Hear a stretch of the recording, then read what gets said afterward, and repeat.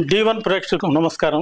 ఈరోజు celebrity senior నటులు నరేష్ గారు ఉన్నారు. ఆయన విలక్షణ పాత్రలతో ప్రేక్షకుల్ని అలరిస్తున్నారు. హీరోగా మిగతా పాత్రలతో కూడా ఆయన గుర్తింపు తెచ్చుకున్నారు. ఆయన ఈరోజు మనతో ఉన్నారు. నమస్కారం నరేష్ గారు. నమస్కారం అండి, ప్రేక్షకులకి నమస్కారం.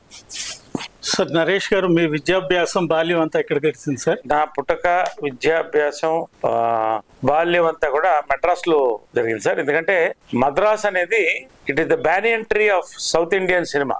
అంటే దక్షిణ భారతదేశంలో తెలుగు, తమిళ, కన్నడ, మలయాళం 4 పరిశ్రమలు కూడా మెడ్రాస్లోనే ఉండేది.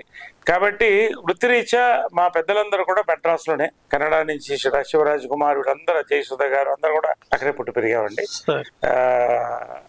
తర్వాత 18 ఏట 4 స్తంభాల ఆట ద్వారా ఆంధ్రాకి నేను వైజాగ్ లో షూటింగ్ కి రావడం జరిగింది. తొలి చిత్రం సార్, తొలి చిత్రం. తర్వాత సినీ పరిశ్రమ ఇక్కడ నెలకొలపాలని పెద్దలందరూ నిర్ణయించినప్పుడు రామారావు గారు, స్వర్గీయులు రామారావు గారు ఫస్ట్ ఆయన రామకృష్ణ స్టూడియోస్ కట్టడం. ఇది వరకే ఇక్కడ సారథి స్టూడియోస్ హైదరాబాద్ లో ఒక ప్రముఖ స్టూడియోగా అది ఉండడం. తర్వాత సూపర్ స్టార్ కృష్ణ గారు మా కుటుంబం ఒక ప్రెస్టేజ్ గా తీసుకొని విజయవాడ ముందు ఇక్కడ చేయాలనుకున్నది హైదరాబాద్ లో ఏర్పాటు చేసి పద్మాలయ స్టూడియోస్ అనేది కృష్ణ గారు స్థాపించడం జరిగిందండి. ఆ విధంగా మేమందరం కూడా 1996లో మేము, అంటే 89లో మేమందరం కూడా హైదరాబాద్కి వచ్చి స్థిరపడడం జరిగింది. చెన్నై నుంచి హైదరాబాద్. అవును సార్. సార్, మీకు సినిమాల్లో నటించాలనే ఆసక్తి చిన్నప్పటి నుంచి ఉండేదా? మధ్యలో సార్ జనరల్ గా ఏంటంటే కులవృత్తి అంటామండి. ఇప్పుడు కమ్మరి, గుమ్మరి, నేత, వడ్రంగి వీళ్ళందరూ కూడా ఏ యొక్క దీంట్లో పెరుగుతామో ఆ యొక్క దాంట్లోనే ఉంటాం. అలాగా సినిమా కూడా ఒక కులమేనండి. కులాలు వృత్తి పెట్టి పుడితే సినిమా కూడా కులమే. కాబట్టి మేము సినీ కులం, అన్ని కులాలతో కలుపుకుని పోతాం మేము. కాబట్టి నేను పుట్టి చూసింది కృష్ణ గారు ఒక మేకప్ రూమ్, విజయమ్ల గారి యొక్క మేకప్ రూమ్, లైట్స్, స్టూడియోస్. కాబట్టి నాకు జీవితాశయం సినిమాలో ఉండాలనండి. ఆ సినిమాలోకి 10వ వయసులో 12 కాపురం ద్వారా రావడం, మరి అక్కడే నిలబడి బాలనటుడుగా మళ్ళీ హీరోగా 4 స్తంభారాట్లో గురుగారు జంజాల గారి ద్వారా రావడం, అమ్మ విజయమ్ల గారు ప్రేమ సంఖ్యలు, అక్కడి నుంచి 50 ఏళ్లు పూర్తి అవడం కూడా సినిమా పరిశ్రమలో జరిగిపోయిందండి. కాకపోతే 50 ఏళ్లు పూర్తి అయిన తర్వాత కూడా ఇంత సక్సెస్ఫుల్ గా నడవడం అనేది అమ్మ దీవెనలు, కృష్ణ గారి దీవెనలు, పెద్దవాళ్ళ దీవెనలు, దేవుడి దీవెనలు. సార్, ఇప్పుడు వరకు ఎన్ని చిత్రాల్లో నటించారు? ఏ భాషల్లో నటించారు సార్? సినిమా వాళ్ళకి సెంటిమెంట్లు ఎక్కువ అండి. కాబట్టి లెక్క పెడితే సినిమా తగ్గిపోతాయని భయం మాకు. నేను లెక్క పెట్టలేదు. అందాజుగా ఒక 200 పైగే, దాదాపు 300 దగ్గరలో ఉందనుకుంటున్నాను సినిమాలు. 250 దాటి ఉంటుందని నా లెక్క. ప్రస్తుతం ఏ చిత్రాల్లో నటిస్తున్నారు? ప్రస్తుతం 4-5 చిత్రాలు నడుస్తున్నాయండి. అంటే హీరోగా 2-3 నడుస్తున్నాయి. రవిబాబు గారి దర్శకత్వంలో ఒకటి, చలపతిరావు అబ్బాయి, అదేవిధంగా మారుతి రైటింగ్స్ లో ఒకటి జరుగుతుంది లీడ్ రోల్ లో నేను. అదేవిధంగా ఇప్పుడు వెంకటేష్ గారి హీరోగా సంక్రాంతికి వస్తున్నాం సినిమా, అది ఒకటి తయారవుతుంది. నారా రోహిత్ సుందరాకాండ ఒకటి జరుగుతున్నాయి. తర్వాత శర్వానంద్ నేను కలిసి ఒక సినిమా చేస్తుంటాం జరుగుతుంది. ఇలా అట్ ఎ టైం 6 సినిమాలు జరుగుతుంది. సార్, ఇప్పుడు వరకు మీరు నటించిన చిత్రాల్లో మీకు బాగా సంతృప్తి కలిగించిన పాత్ర ఏది సార్? అంటే అలా చెప్పలేమండి, ఎందుకంటే 100 సినిమాలు ఉన్నాయి కాబట్టి. ఒకటేంటంటే శ్రీవారి ప్రేమ లేఖ, అది ఒక చరిత్రలో ఒక మైల్ రాయిగా తెలుగు హాస్య సినిమాలకి హాస్య బ్రహ్మ జంజాల గారి యొక్క, పైగా ప్లస్ రామోజీరావు గారు, వీరిద్దరి యొక్క ఒక ముద్దుబిడ్డగా అది చరిత్రలో ఒక మైల్ రాయిగా నిలిచిపోయిందండి. తెలుగు ఆణిముత్యాల్లో శ్రీవారి ప్రేమల కొట్ట అని చెప్పొచ్చు. అదేవిధంగా చిత్రం బళారవి చిత్రం రామారావు గారికి ఎట్ల దారవైన సూరకర్ణం, కృష్ణ గారికి అల్లూరి సీతారామరాజు, నరేష్ కూడా చిత్రం బళారం ఒక షోకేస్. ఒక మహిళా పాత్రలో చాట్ల శ్రీరామ్ గారు వీళ్ళందరూ చూసాం. మన పెద్ద శ్రీరాములు గారు వీళ్ళు మహిళా పాత్రలో భారతదేశంలో ఫస్ట్ ఫుల్ ఫ్లెజ్ మహిళా పాత్ర నటించినటువంటి అవకాశం నాకు వచ్చింది. ఆ ఘనత కూడా తెలుగు వాడికి వచ్చింది. అందులో మీరు స్త్రీ పాత్రలో ఒదిగిపోయారు అనేది మంచి పేరు వచ్చింది సార్ మీకు. ఆ చిత్రం ఎప్పటికీ మర్చిపోరు ప్రేక్షకులు. తర్వాత ప్రస్తుతం వస్తున్న చిత్రాలు యువతను పెడదో పట్టించేగా ఉన్నాయి. తర్వాత కుటుంబ సమేతంగా చూడలేకపోతున్నాం అని కొంతమంది వాదన అండి. దాని మీద మీ అభిప్రాయం? ఇప్పుడు ఒకటి మనం గుర్తుపెట్టుకోవాలండి, గుడ్డు ముందు వచ్చిందా పిల్ల ముందు వచ్చిందా అంటే ఎవరు చెప్పలేరు. ఇప్పుడు నేను ఇలా అంటాను అనుకోండి, మహాభారతంలో కూడా ఒక రేప్ సీన్ ఉంది, అంతటి గొప్ప కావ్యంలో కూడా.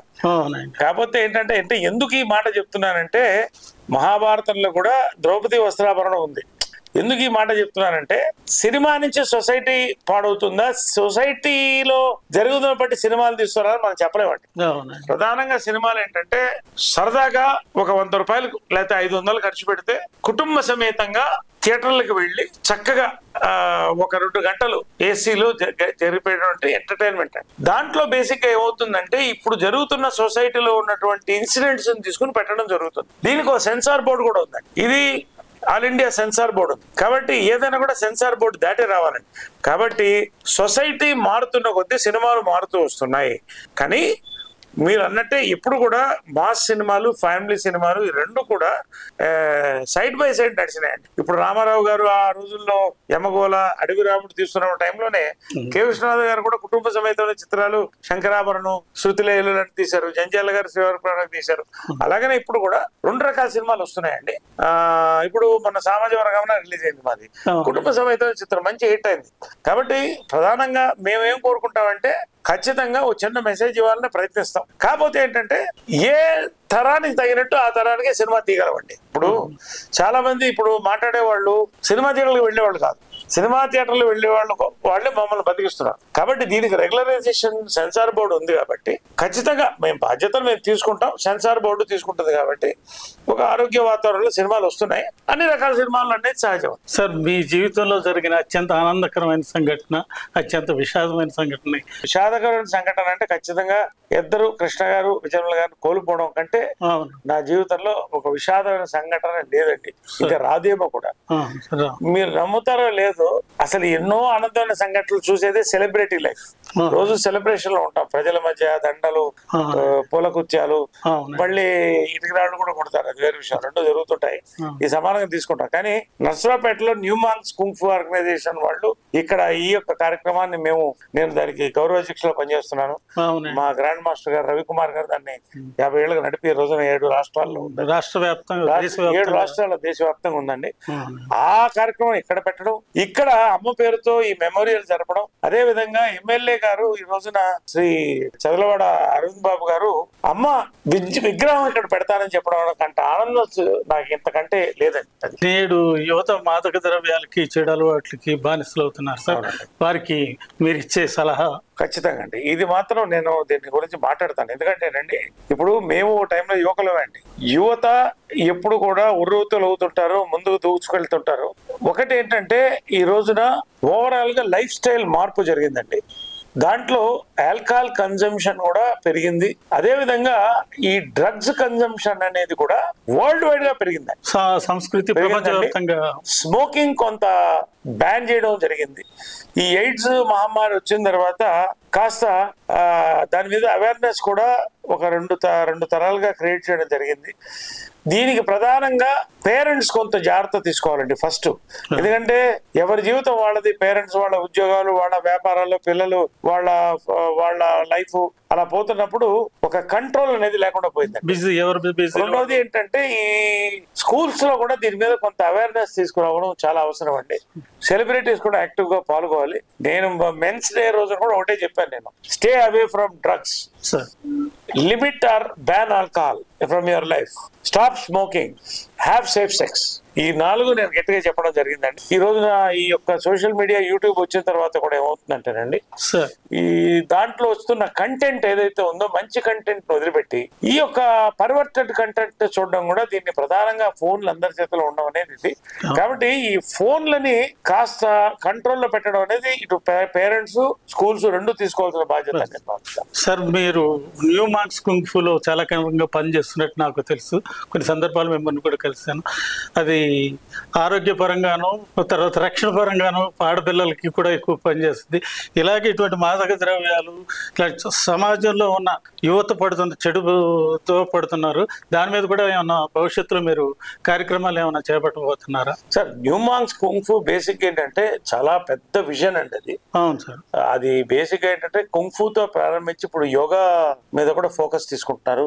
యోగా సినిమాని ఎక్కువ వ్యాప్తి చెందేటట్టు కూడా మేము ప్రయత్నిస్తున్నాం మేము.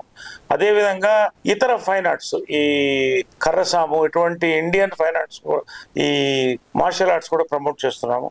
ఇవాళ చూస్తే మీరు డాన్సెస్ ఇవన్నీ కూడా ప్రమోట్ చేస్తున్నాము. ఓవరాల్ గా ఇండియన్ కల్చర్లో ఏంటంటేనండి, మనకి ఈ భరతనాట్యం ఇవన్నీ కూడా ఇక్కడి నుంచి పుట్టిందండి, వేదాలు ఇక్కడి నుంచి పుట్టాయండి.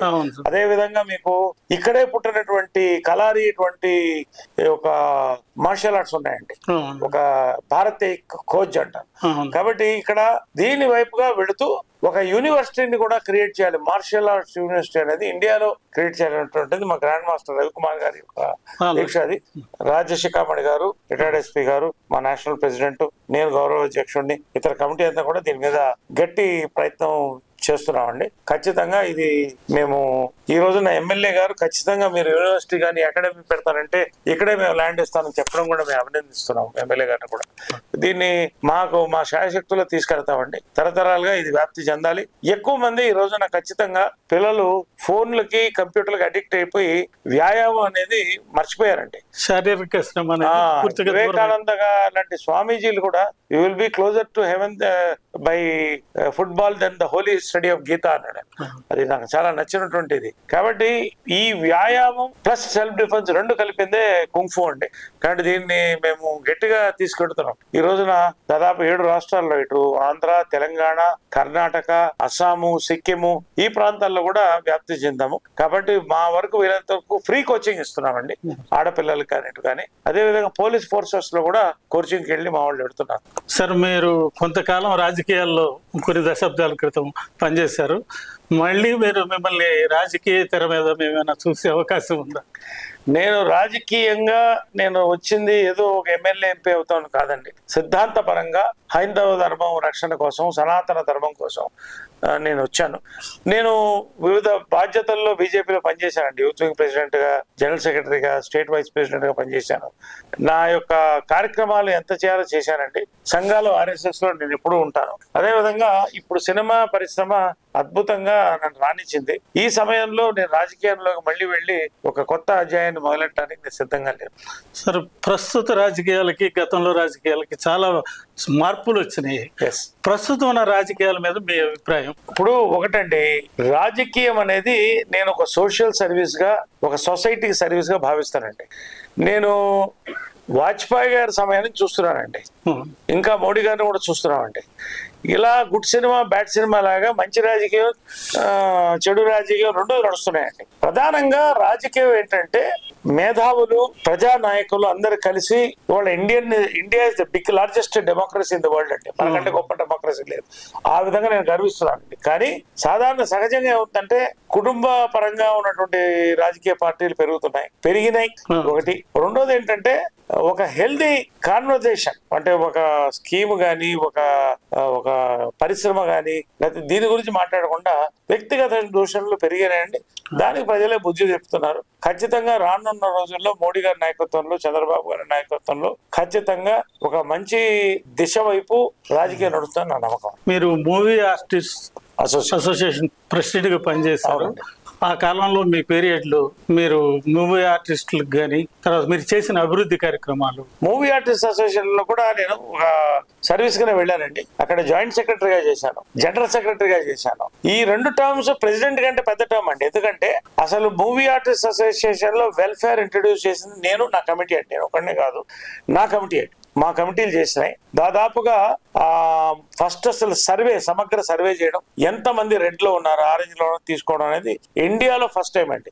ఏ మూవీ ఆర్టిస్ట్ అసోసియేషన్ ఏ భాషలో జరగలేదు. దాని ద్వారా మేము ఏం చేసామంటే వాళ్ళకి కావాల్సిన స్కీమ్స్, స్కూటర్స్, వాళ్ళ యొక్క పెన్షన్స్ దాదాపు 350 మంది దాకా మేము గుర్తించి అందరికి అందించడం జరిగిందండి. తర్వాత లైఫ్ ఇన్సూరెన్స్, మెడికల్ ఇన్సూరెన్సెస్ కూడా నేను అధ్యక్షుడిగా ఉన్నప్పుడు, జనరల్ సెక్రటరీగా ఉన్నప్పుడు ఇంట్రొడ్యూస్ చేసామండి. అది ఇప్పుడు అద్భుతంగా కొనసాగుతుంది. తర్వాత మెడికల్ క్యాంప్స్ కండక్ట్ చేయడం కూడా నేను జనరల్ సెక్రటరీగా స్టార్ట్ అయినప్పటి నుంచే జరిగిందండి. తర్వాత నేను అధ్యక్షుడిగా వచ్చినప్పుడు ఇంకొకటి నేను చేసింది ఏంటంటే, మాకు ఒక నేషనల్ యాంథమ్ లాగా మాకు ఒక యాంథమ్ కూడా సృష్టించి అనూప్ రూబెన్స్ గారు సారథ్యంలో, నేపథ్యంలో మన ఎస్పీ బాలసుబ్రహ్మణ్యం గారి చేత పాడించి ఒక యాంథమ్ క్రియేట్ చేశాం. అక్కడ ఒక ఆరోగ్యకరమైన వాతావరణం కోసం పోరాడడం ఇవాళ ప్రశాంతంగా ఉందండి. సార్ మీ బాల్యం నర్సరావుపేటలో గడిచిందని చెప్పారు, మీ అనుభవాలు ఒక్క నిమిషం. నేను నర్సరావుపేట అంటే నేను వచ్చినప్పుడు అది ఒక మంచి చిన్న లేత వయసు అండి, ఒక 9 ఏళ్ల సమయం.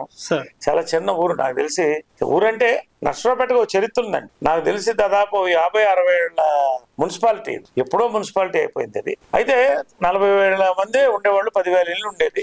ఆ ఊరు చివర మా ఇల్లు ఉండేదండి. సరదాగా అందరం కూడా పొలాల్లో ఆడుకుంటూ ఉండేవాళ్ళం, కుస్తీ పోటీలు నిర్వహించేవాళ్ళం, రైస్ మిల్లు. అదే విధంగా రాజుగారి కోటలో నా మర్చిపోయిన ఆ పాలరాతి అవన్నీ కూడా నా లైఫ్ లో, నా ఇల్లు కట్టుకోవడానికి అవన్నీ కూడా ఇన్స్పిరేషన్ అండి. తర్వాత మాణికల బావి ఉండేది, ఆ మాణికల బావిలో దిగి ఆడుకునేవాళ్ళం.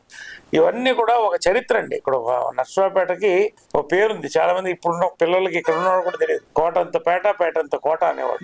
కాబట్టి అది ఇవన్నీ కూడా నేను చూశానండి. ఇక్కడ చాలా సంవత్సరాలు వ్యాసకాలంలో వచ్చి చాలా ఆహ్లాదకరమైనటువంటి సమయాన్ని ఇక్కడ మిర్చి బజ్జీ, గోలి సోడా, ఈ రెండు నాకు లైఫ్ లో ఆ రుచి ఇంకా ఉండిపోయింది. అలాగే మన ఆ థియేటర్, మన నాగూరు, ఏదండి థియేటర్, నాగూరువల్లి